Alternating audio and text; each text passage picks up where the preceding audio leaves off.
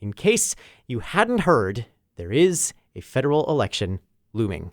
Canadians will head to the ballot boxes on April the 28th to cast their votes, and a record number have done so already through advance polling.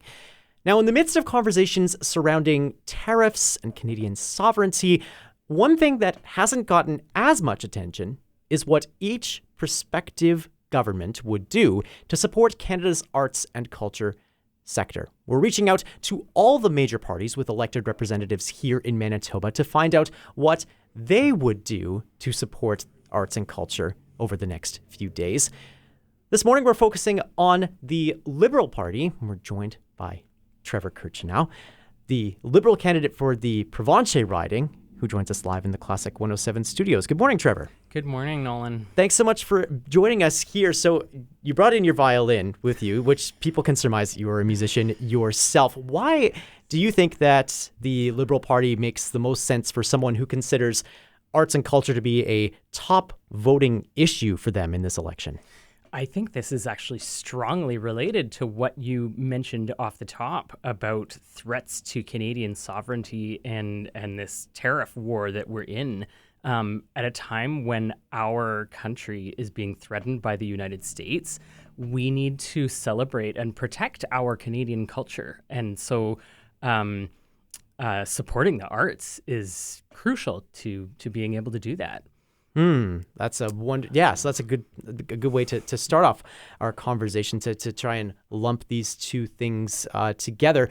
What role does the arts and culture sector then have to play in that regard for a potential government formed by the Liberal Party? How does the arts and culture sector contribute to that sort of defense of Canadian national identity and by maybe even the economy as well? Canada has our own artists. We have our own culture. And we're also a massive country, right? Like we're a large geographic country. We're also very diverse. So it's really important for Canadians to be able to see and hear what other Canadians are doing in all parts of the country. Mm-hmm. That's a huge part of our identity and protecting our country.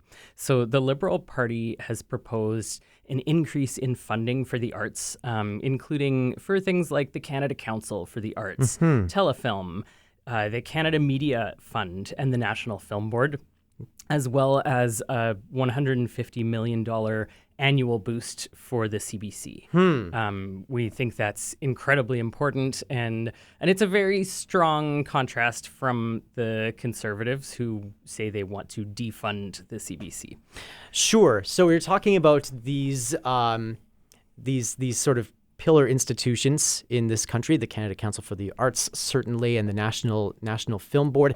Another one of the promises that the Liberals have laid out in their platform includes something called a Canada Strong Pass. I'm so glad to hear you bring that up. Well, I think it's really exciting. So I was reading a bit more about that within the platform. Maybe you can break down what that entails. Right. So this is a pass for this upcoming summer, and it will provide free access to those who are under the age of 18 to our national galleries and museums, as well as free Via Rail tickets for those who are traveling with their parents.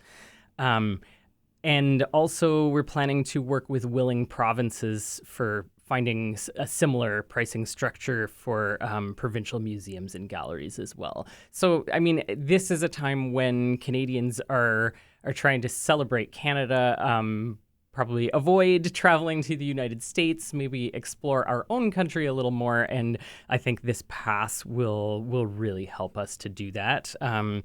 And we're also planning for free access to everyone to our national parks and historic sites this summer. Another part of that platform as it relates to the preservation of culture is an initiative to revitalize Indigenous languages, I'm also reading about. And I'm quoting here from the platform, by supporting community-driven projects that restore, protect, and promote this part of First Nations, Inuit, and Métis cultures and histories, end quote. Maybe what are some of the ways in which the Liberal Party is hoping to make that sort of thing happen? What sort of initiatives can can the Liberal Party talk about and implement to talk about that sort of preservation? Yeah, I think language is incredibly important. Language is a critical part of our culture, whether we're talking about Indigenous languages or also the French language. And again, this is something that I see being directly threatened by President Trump. Somebody who's talking about trying to turn us into the 51st state is obviously not thinking about the treaties that we are part of. I mean, what would happen to the treaties if we became the 51st state? Like, it's really ridiculous. And he has also identified the French language itself as a trade barrier. So these are just our languages are not something that we can consider negotiating with the United States. We need to do the opposite. We need to protect our languages, and sometimes that takes some funding for programs.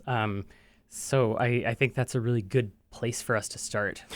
The arts and culture sector, as we've talked about a couple of times now, very much tied into these sort of larger conversations that we're having right now in the election about our relationship with the United States and ongoing trade wars and tariffs and the like. What are you hearing as you are out campaigning in Provencher from constituents about their concerns, perhaps, about arts and culture? Or are you? Yes. This is coming up a lot. Constituents are often talking about the need to protect Canada. And I, as a musician, I have been bringing my violin to campaign events and often just when I go to visit a senior's residence, I bring my violin with me, and sometimes people ask me to play, and often actually people have been asking me to play our national anthem, which I am always happy to do.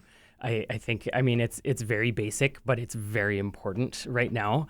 I would like to bring up one thing that I think is maybe a bit unique to my riding, being a large rural riding, but I think also our Canadian farming culture is unique and is different from U.S. farming culture.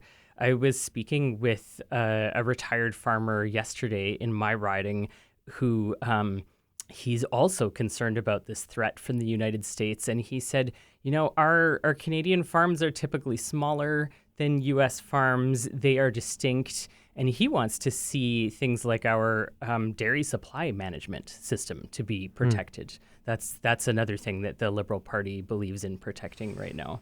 So there's a lot of these sort of programs that the Liberal Party is talking about implementing should they form the next government in order to shore up their to shore up sort of national identity and interests. And one of the criticisms that has been levied at the Liberals over the last decade is the amount that it is spending. And this is something that the party also acknowledges in its platform. It addresses those that sort of reality about spending. And the arts, when it comes to spending and how we spend our money, can sometimes be seen as something of a luxury item, something that it can always, the perception, rightly or wrongly, is that is something that maybe can fall by the wayside, especially really disagree now. With that. Well, I mean, and I think the majority of the listeners to this station would as well. How do you balance new investments in the arts as a Liberal government, and ensure then that those investments are responsible ones? I think we have to recognize that investments like that can actually help drive the economy, can help create good jobs. When we talk about especially the Canada Strong Pass for parks and galleries and museums, that's going to affect tourism within this country, and I think that's a really good thing. Like there's going to be a lot of effects for other businesses, not just those galleries, right? When people are traveling and visiting our own cities in Canada and eating out and getting to see what's all over our country, that's going to be good for everyone. Okay. This is all really interesting to consider for voters as they consider their priorities in the election, and certainly arts and culture being one of those priorities. Trevor Kirczenow, thank you so much for joining us in the Classic 107 studios to tell us more about what a potential Liberal government would do to support arts and culture in this country. Thank you for having me here.